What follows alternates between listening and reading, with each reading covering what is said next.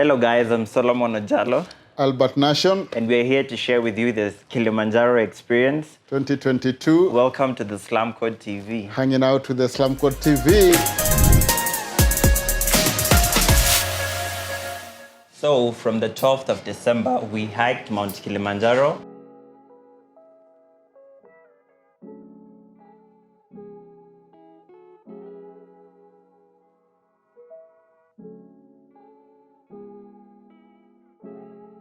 And I'm back to share with you the experience that we had. We had so much fun going up the mountain, coming down, going for the safari. It was so much fun, and we're just back to share with you the lessons that we learned, the knowledge that we garnered from all that experience that we had in Tanzania. So go on our social media handles and also on our YouTube channel.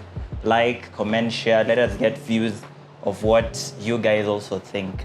Asante sana. I think it's been really an exciting journey because going to the top of Africa, for me personally as Albert Nashon, was my story, because Top of Africa was connected to the campaign we call March to Greatness. And March to Greatness is a call to be able to get everybody to hit the top of their lives in whatever passion, goal, vision, or ambition that they have. So this campaign began in the year 2016.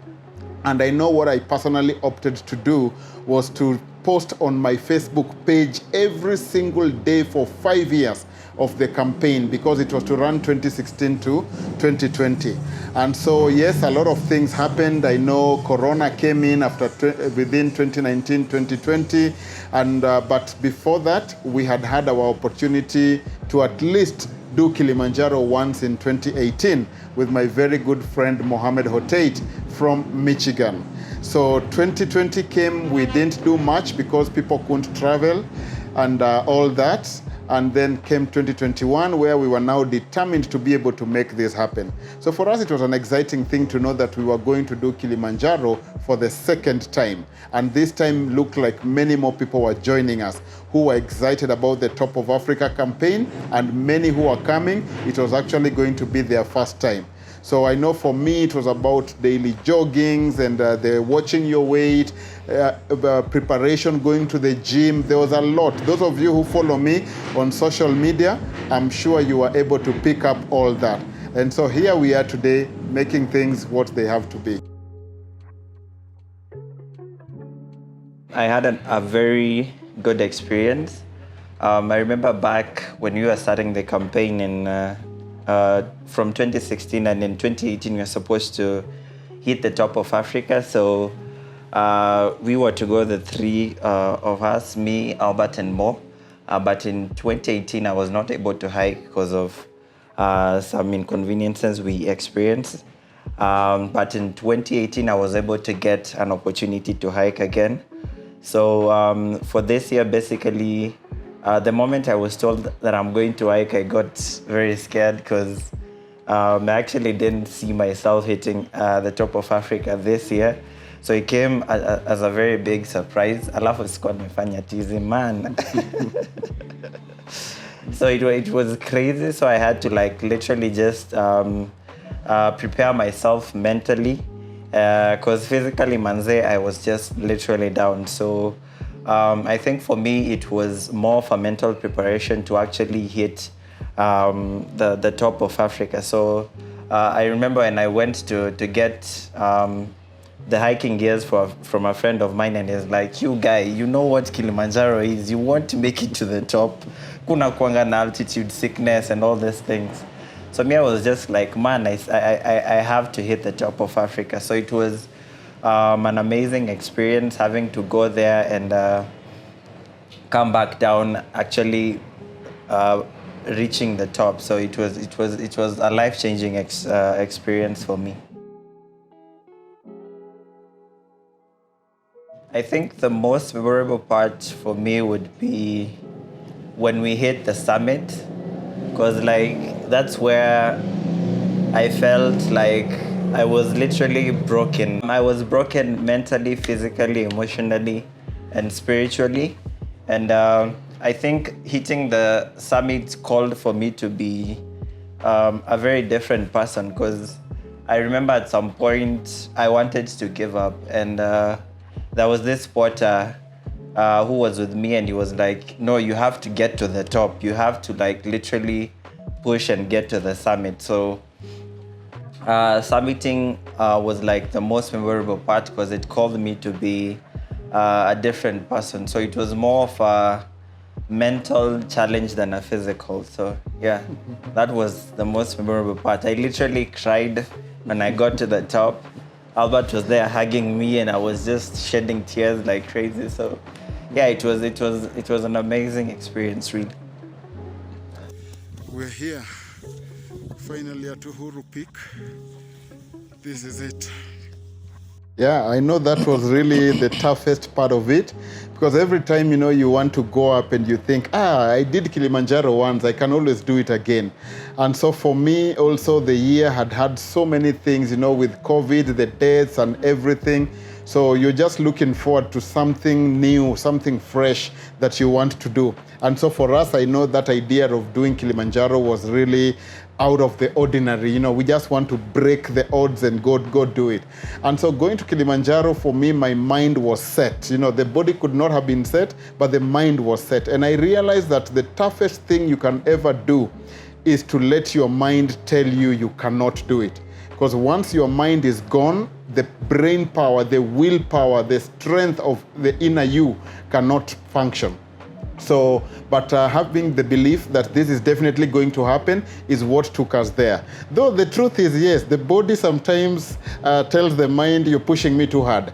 And I know that is at a point when we could not even lift up our legs, our feet were so grounded in the snow. But I think for me, the idea that you tell your mind, I can do this, I must do this, I will do this. That was the biggest lesson that we had to go through. And it actually ended up being very excited, hitting up to the summit. Now that is very true. Actually, for me, I think it was extremely different because the first time in 2018, I was so excited about doing Kilimanjaro for the first time, I think I over-prepared. And when you're doing your research, when you're talking to people, when you're watching videos, oh man, I think I over-prepared. Then the route that we followed, which was Marangu, was actually a walk in the park. Me and Mo were literally just walking. And so I put up that in my mind that, we made it happen with my preparation. But this time, Mashame route taught me that enyewe, you are not what you think. You sometimes have to literally prepare because this had a lot of climbs, ups and downs. There were rocky places. It was raining. It was the first time that I was gonna sleep in tents the entire life. I've always slept inside a house.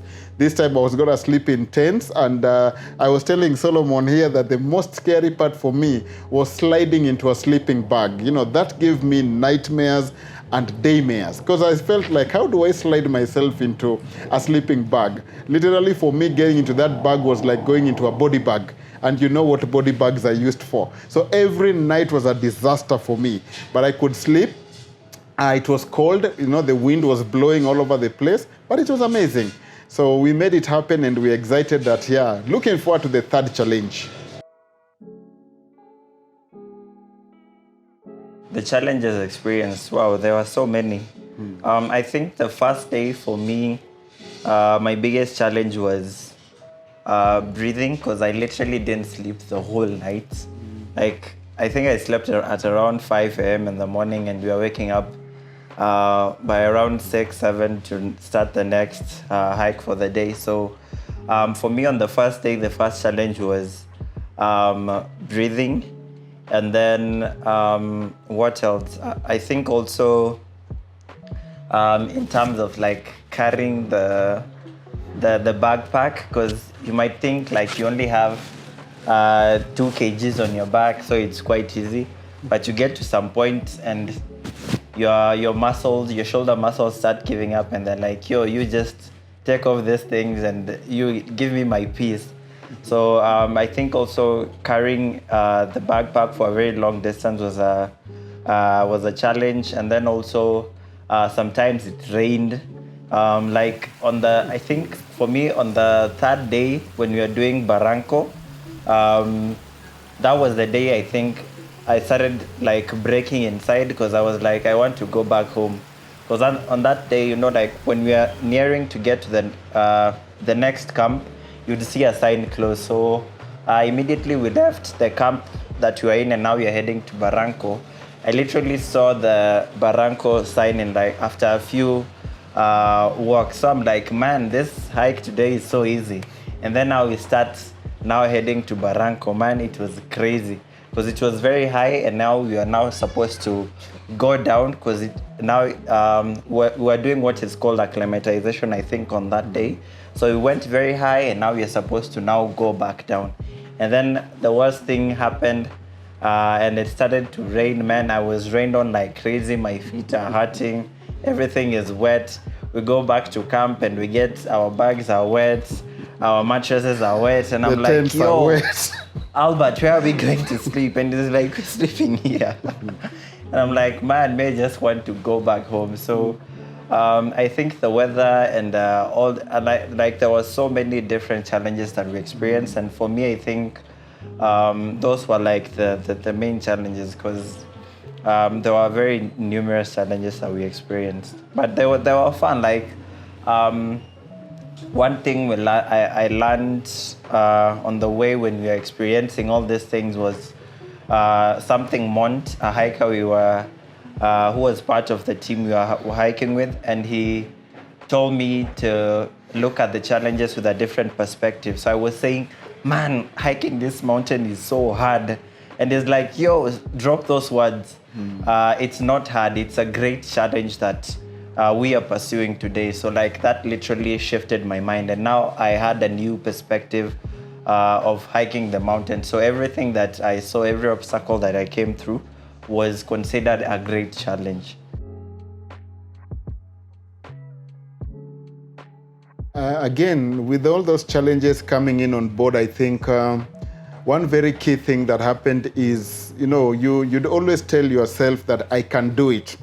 But then you go there and you find the reality of it. Your boots are wet, your poncho is even wet, your bags are wet. And as a person, I hate rainy seasons. Anything rainy is something that I do not like. But this time I found that I had pushed myself and it is raining. So there is no point of return. I had to change my mind and say, okay, it's raining, so what? I'm gonna keep growing, I'm gonna keep walking, I'm gonna keep going. So I think partly learning to accept that certain challenges will come your way and you must deal with them is something I had to do. Otherwise, I hate anything wet, cold, rain, and all that have you. Then there were parts that you had to literally look ahead. Like when we got to the Barranco camp, that was crazy. You are looking in front of you and you are seeing a wall, and you see people who left earlier than you scaling that wall, and you tell yourself, oh no, I'm not going there. There's no way I'm going to climb that wall. So you're looking for an escape route. You're asking these people, is there any other route we can follow? And they're like, no, we are all headed there.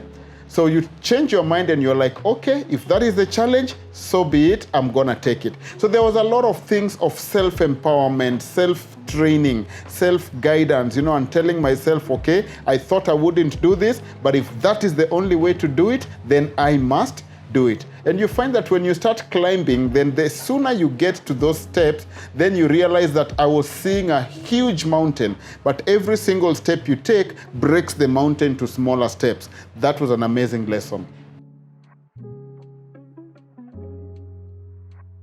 Yeah, just like we said, we started the March to Greatness campaign, which was about going to the top of Africa, and the campaign started in 2016. We did a lot of things, and finally our first climb happened in 2018 because this was a new idea. And the whole idea of climbing Kilimanjaro was that we are raising funds to set up the Slumcode Innovations and Creatives Hub. And so to set up this, we needed funds to hike, we needed funds to set up the hub and support our programs. And so the challenge was for everybody to sign up in this portal and be able to raise $1 for each meter of the height of Kilimanjaro, which is 58.95 meters above sea level, or rather about 19,400, in terms of altitude. So the 5895 was the target in terms of dollars we each needed to raise. So it took us about 2 years coming up with the March to Greatness anthem, which is on our YouTube channel. You can watch, listen, and enjoy. We had that channel. Yeah, we have the song playing out there, and you guys did a great job, and also many other things. So in 2018, the first daring person from the US, Moe Hoteit, joined us, and he actually came. We were able to raise some money, which was close to almost the same figure that took us to Kilimanjaro. Then 2019, we had a small challenge because we had to rethink the idea, see how to mobilize people, because the target had always been to get 60 global hikers who could raise that money and go with us to Kilimanjaro so that we can raise these funds. So we had to really re-strategize again in 2019.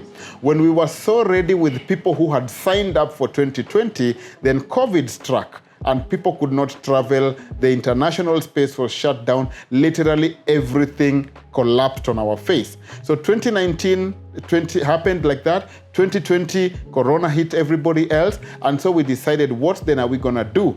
We have to kill the campaign or still get it going. And so by 2021, we had gotten Moe Hoteit, who was very excited about building the Peakology company, and it was also aligned to our vision of the top of Africa. And this took us going. So very excited about that.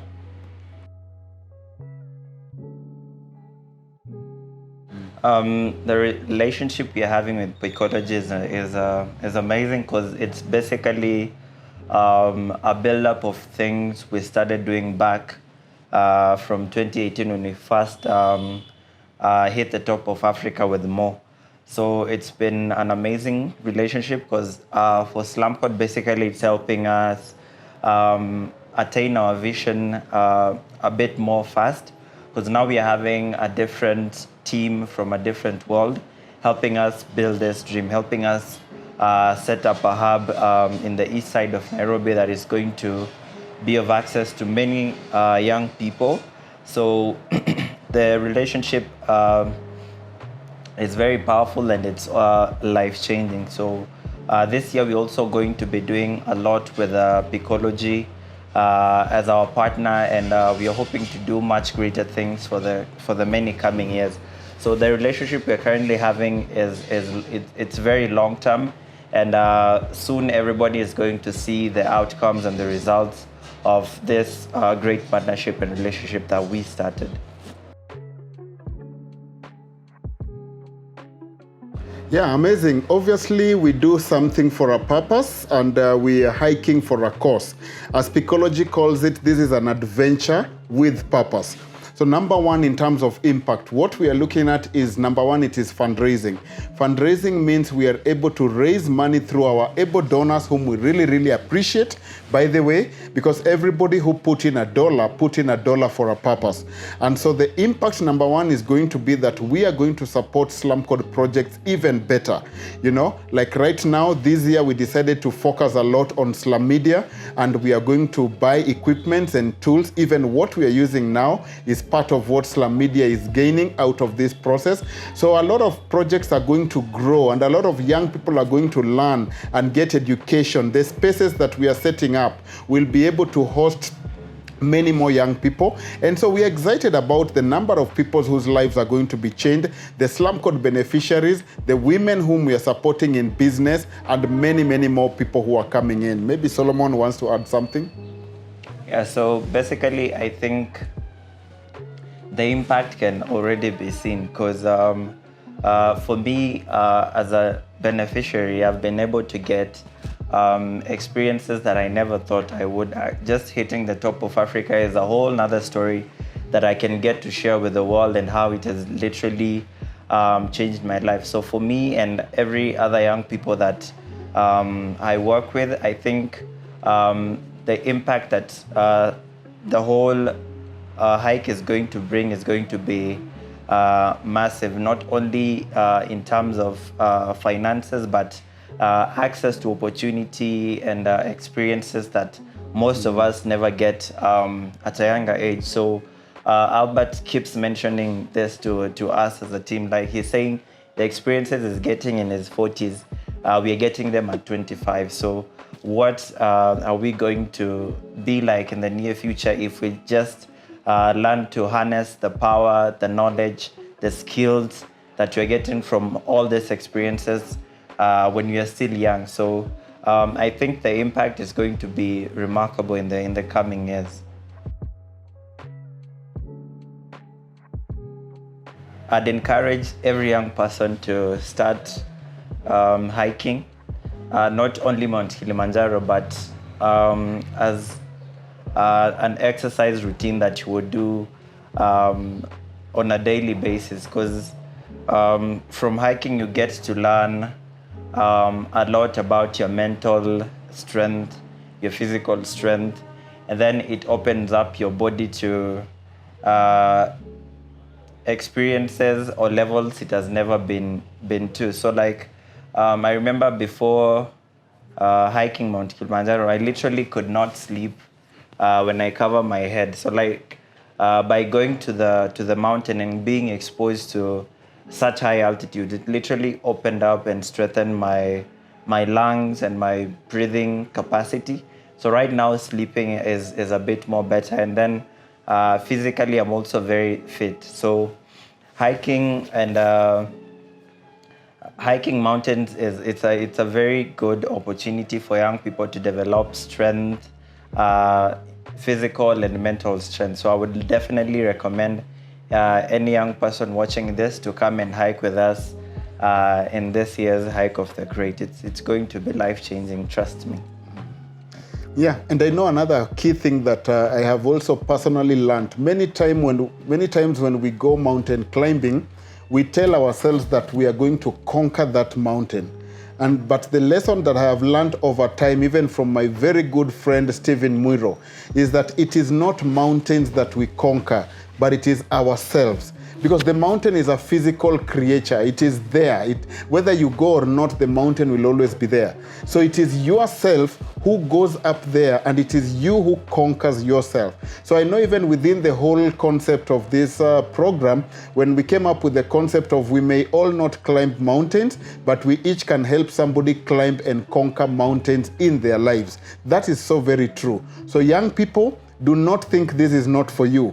To stay physically healthy, fit, is part of your wellness. So it is not just about fundraising. It is not just about going to Kilimanjaro. Just like Solomon, our able leader here, has said, it is more about what you become when you are going through this struggle. So take the challenge, start keeping fit, start working out. When you have a healthy body, you have a healthy mind. When you have a healthy mind, you have a healthy vision and a healthy future. That is what Hike of the Great is doing for all of us. Karibuni sana.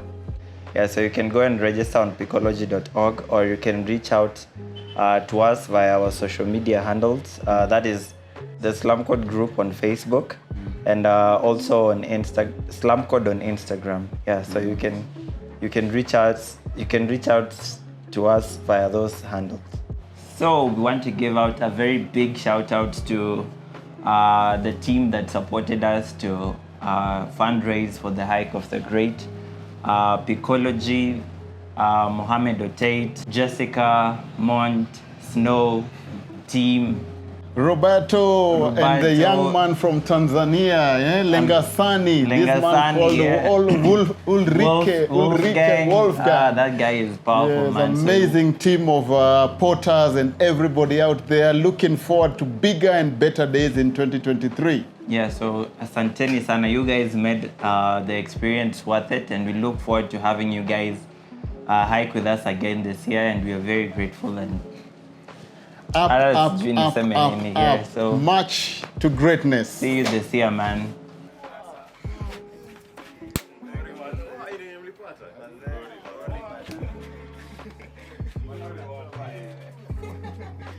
Next year, man.